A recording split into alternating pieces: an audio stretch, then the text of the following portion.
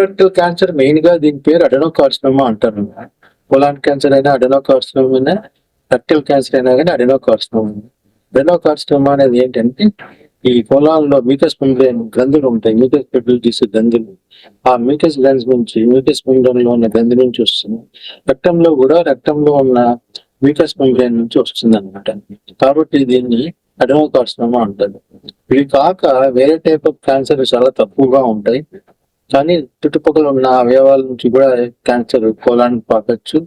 Pelvis అంటే మన abdomen పొట్ట కింద భాగంలో, పెల్విస్ లో ఆడవాళ్ళలో యూట్రస్, మగవాళ్ళలో ప్రాస్టేట్, తర్వాత అక్కడ ఓవరీస్ అవి ఆడవాళ్ళలో ఉండబట్టి ఈ ఓవరీస్ క్యాన్సర్, తర్వాత ఈ యూరినరీ బ్లాడర్ క్యాన్సర్ కూడా ఈ రెక్టల్ క్యాన్సర్ కు రక్తం అంటుకొని రక్తంలోకి చొచ్చుకొని పోయే అవకాశం ఉంటుంది.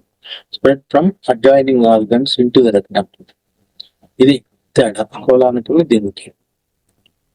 కానీ సపరేట్ ఎంటిటీ చూడడానికి ఒకటే రకమైన అడెనోకార్సినోమా అయినప్పటికీ కూడా కొద్దిగా బిహేవియర్ అంటే ఏ విధంగా ఈ క్యాన్సర్ వృద్ధి చెందుతుంది, మనిషికి అపాయం కలిగిస్తుంది, తర్వాత ట్రీట్మెంట్ లో ఏ విధంగా మార్పు వస్తూ ఉంది, వీటంటే దృష్టిలో పెట్టుకొని కోలోరెక్టల్ క్యాన్సర్ అని దీన్ని ఒక బిరుదు ఇచ్చారు, ఒక పేరు పెట్టారు.